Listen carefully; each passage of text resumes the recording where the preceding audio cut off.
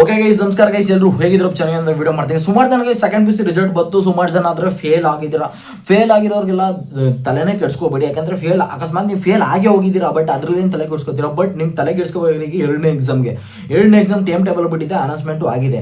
But ಎರಡು ಎಕ್ಸಾಮ್ಗೆ apply ಮಾಡ್ಕೊಂಡು ಎಲ್ಲ ಚೆನ್ನಾಗಿ ಓದ್ಕೊಂಡು ಎರಡನೇ ಎಕ್ಸಾಮ್ ಕ್ಲಿಯರ್ ಮಾಡ್ಕೊಂಡ್ರೆ ವರ್ಷಕ್ಕೆ ನಿಮಗೆ ಈ ಸಲಿಂದ ಹೋದ ವರ್ಷದಿಂದ ನಿಮಗೆ ಮೂರು ಎಕ್ಸಾಮ್ ಇದೆ. ಎಲ್ಲ ಸಲಿಗೆ ಎರಡು ಎಕ್ಸಾಮ್ ನಡೀತಿದೆ, ಒಂದು ಆನ್ಯುವಲ್, ಒಂದು ಸಪ್ಲಿಮೆಂಟರಿ ನಡೀತಿತ್ತು. ಬಟ್ ಇವಾಗ ಏನು ಮಾಡಿದೆ, ಎಕ್ಸಾಮ್ 1, ಎಕ್ಸಾಮ್ 2, ಎಕ್ಸಾಮ್ 3 ಈ ಥರ 3 ಥರ ಎಕ್ಸಾಮ್ನ ಮರೀತಾರೆ.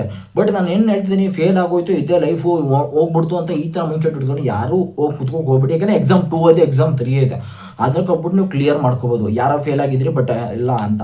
ಬಟ್ ರಿವ್ಯಾಲ್ಯೂಷನ್ ಹಿಂಗೆ ವೀಡಿಯೋಸ್ ಅಂದರೆ ಅಕಸ್ಮಾತ್ 1 ಮಾರ್ಕ್ಸ್ 2 ಮಾರ್ಕ್ಸಿಂದ ಫೇಲ್ ಆಗಿರೋರಿಗೆಲ್ಲ ರಿವ್ಯಾಲ್ಯೂಷನ್ ಯಾವ ರೀತಿ ಅಂದರೆ ಹಾಕೋದು ಅಂತ ವೀಡಿಯೋ ಮಾಡಿದ್ದೀನಿ, ಹೋಗಿ ನೋಡ್ಕೊಂಡು ಎಂಡ್ ಸ್ಕ್ರೀನಲ್ಲಿ ಹಾಕಿರ್ತೀನಿ. ಬೇಕಾದ್ರೆ ಎಂಡ್ ಸ್ಕ್ರೀನಲ್ಲಿ ಹೋಗ್ಬಿಟ್ಟು ವೀಡಿಯೋ ಅಪ್ಲೋಡ್ ಮಾಡ್ಕೊಂಡು ನೋಡ್ಕೊಂಡ್ರೆ. ಬಟ್ ಸುಮಾರು ಜನ ಅದೇ ತಲೆ ಕಟ್ಸ್ಕೊಬಿಟ್ಟು ಅವ್ರ ಗೈಸ್. ನಾನು ಹೇಳ್ತಾರೆ ನೋಡಿ, ಎಕ್ಸಾಮ್ 1 ಬರೆದು ಫೇಲ್ ಆಗಿದ್ರೆ ಬುಟ್ಟಾಕಿ ಅದರ ಟೆನ್ಷನ್ ತಗೊಂಡು ಎಕ್ಸಾಮ್ 2ಗೆ ಟೈಮ್ ಟೇಬಲ್ ಕೊಟ್ಟಿದ್ದಾರೆ, PDF ಐತೆ, ಎಲ್ಲ ಕೂತ್ಕೊಂಡು ಓದ್ಕೊಂಡು ನೀವು ಸ್ಟಡಿ ಮಾಡ್ಕೊಂಡು ಎಕ್ಸಾಮ್ 2 ಕ್ಲಿಯರ್ ಮಾಡ್ಕೊಡ್ರಿ. ಎಕ್ಸಾಮ್ 3 ಐತೆ, ಬಟ್ ಅಲ್ಲಿ ವರ್ಷಕ್ಕೆ 3 ಚಾನ್ಸ್ ಐತೆ, 3 ಚಾನ್ಸ್ನು ಯೂಸ್ ಮಾಡ್ಕೊಳ್ಳಿ. ಅಕಸ್ಮಾತ್ ಎರಡನೇ ಎಕ್ಸಾಮ್ ಪಾಸ್ ಆದ್ರೆ ಬಟ್ ಇಂಪ್ರೂವ್ಮೆಂಟ್ ಕಟ್ಬೋದು. ಎಕ್ಸಾಮ್ ಫೇಲ್ ಆಗಿರೋರಿಗೆ ಇಂಪ್ರೂವ್ಮೆಂಟ್ ಕೋರ್ನು ಕಟ್ಬೋದು. ಅಂದರೆ ಇಂಪ್ರೂವ್ಮೆಂಟ್ ಅಂದರೆ ಈ ಪಾಸ್ ಆಗಿರ್ತೀರಪ್ಪ, ನಾನು ಕಮ್ಮಿ ಮಾರ್ಕ್ಸ್ ಬಂದ್ಬಿಟ್ಟಿದೆ ಬರೋ, ಪಾಸ್ ಆಗಿದ್ದೀನಿ ನಾನು. ಬಟ್ ನಿಂತವ್ರೆಲ್ಲ ಏನು ಮಾಡೋದು, ಇಂಪ್ರೂವ್ಮೆಂಟ್ ಎಕ್ಸಾಮ್ ಕಟ್ರಿ. ಇಂಪ್ರೂವ್ಮೆಂಟ್ ಬರೀ ಎರಡನೇ ಎಕ್ಸಾಮ್ ಬರೀರಿ, ಅಗ್ಗೂ ಇಲ್ವೋ 3ನೇ ಎಕ್ಸಾಮ್ ಬರೀ ಇಂಪ್ರೂವ್ಮೆಂಟ್ ಕಟ್ರಿ. ಇಂಪ್ರೂವ್ಮೆಂಟ್ ಕಟ್ಟಕ್ಕೂ ಇರ್ತದೆ ಗೈಸ್, ನಿಮ್ಮ ಪರ್ಸೆಂಟೇಜ್ ಜಾಸ್ತಿ ಮಾಡ್ಕೊಳ್ಳೋಕೆ ಇರ್ತದೆ. ಯಾವ ಪರ್ಸೆಂಟೇಜ್ ಜಾಸ್ತಿ ಬರ್ತದೆ ಅದ್ರ ಮೇಲೆ ನಿಮ್ಗೆ ಡಿಪೆಂಡ್ ಆಗುತ್ತೆ. ಯಾರೂ ತಲೆ ಕೆಡ್ಸ್ಕೋಬೇಕಾಗಿಲ್ಲ, ಯಾಕಂದರೆ ಎಕ್ಸಾಮ್ 2ಗೆ ಅಪ್ಲೈ ಮಾಡ್ಬೋದು. ಫೀಸ್ ಎಷ್ಟಪ್ಪ ತಗೋತಾರೆ, ಒಂದು 400 ರೂಪಾಯಿ ಫೀಸ್ ತಗೋತಾರೆ ಅಷ್ಟೇ ಗೈಸ್. 3 ಸಬ್ಜೆಕ್ಟ್ ಮೇಲೆ ಎಷ್ಟಾರ ಫೇಲ್ ಆಗಿರಿ, 3ರಿಂದ 4 ಎಷ್ಟಾರ ಫೇಲ್ ಆಗಿರೋ ಒಂದು 400 ರೂಪಾಯಿ ಫೀಸ್ ತಗೋತಾರೆ.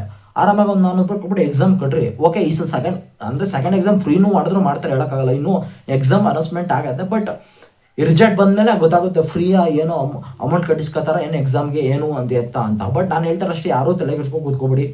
ಈಗ ಇದೇನು ಎಕ್ಸಾಮ್ ಅಂತಾನೆ ಏನಿಲ್ಲ. ಬಟ್ 2ನೇ ಎಕ್ಸಾಮ್ ಮತ್ತು 3ನೇ ಎಕ್ಸಾಮ್ ಕ್ಲಿಯರ್ ಮಾಡ್ಕೊಳ್ರಿ ಆರಾಮಾಗೆ, ಚಿಲ್ಲಾಗಿರಿ. ಆಮೇಲೆ ಟೆನ್ಷನ್ ಮಾಡಿಕೊಂಡು ಯಾರು ಮಚ್ಚಾ ಫೇಲ್ ಆಯಿತು, ಹಂಗಾಯ್ತು ಬ್ರೋ, ಹಿಂಗಾಯ್ತು ಅಂತೆಲ್ಲ ತಿಳಿಸ್ಕೊಕ್ ಹೋಗ್ಬಿಡಿ. ಬಟ್ ಇನ್ನೂ 2 ಎಕ್ಸಾಮ್ ಅದೇ, ಬಟ್ 2 ಎಕ್ಸಾಮ್ ಕ್ಲಿಯರ್ ಮಾಡ್ಕೊಂಡ್ರೆ ಓಕೆ ಅಂದ. ಯಾಕೆಂದರೆ ಫಸ್ಟ್ನೇ ಅಟೆಂಪ್ಟಲ್ಲೇ ನೀವು ಪಾಸ್ ಮಾಡ್ಕೊಂಡು ಇನ್ನೂ ಗ್ರೇಟ್ ಅಂತ ಹೇಳ್ಬೋದು. ಬಟ್ 2 ಅಟೆಂಪ್ಟ್ ಇರುತ್ತೆ, 2ನೇ ಅಟೆಂಪ್ಟು 3ನೇ ಅಟೆಂಪ್ಟು ಇರುತ್ತೆ. 3 ಅಟೆಂಪ್ಟಲ್ಲಿ ಯಾವಾಗ ಬೇಕಾದ್ರೂ ಪಾಸ್ ಮಾಡ್ಕೋಬೋದು.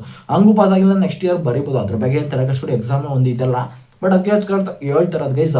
ಆಮೇಲೆ ರಿವ್ಯಾಲ್ಯೂಷನ್ ಯಾವ ರೀತಿ ಅಪ್ಲೈ ಮಾಡೋದಂತ ವೀಡಿಯೋ ಇತ್ತು, ಹೋಗಿ ನೋಡ್ಕೊಳ್ರಿ. 1 ಮಾರ್ಕ್ಸ್ 2 ಮಾರ್ಕ್ಸಿಂದ 3 ಮಾರ್ಕ್ಸಿಂದ ಫೇಲ್ ಆಗಿರೋರಿಗೆಲ್ಲ ಆ ವಿಡಿಯೋ ನೋಡ್ಕೊಂಡ್ರೆ ನಿಮ್ಗೆ ಗೊತ್ತಾಗುತ್ತೆ ಏನೇನು ಮಾಡಬೇಕು, ಪ್ರೊಸೀಜರ್ ಏನೇನು ಇರುತ್ತೆ ಅಂತ.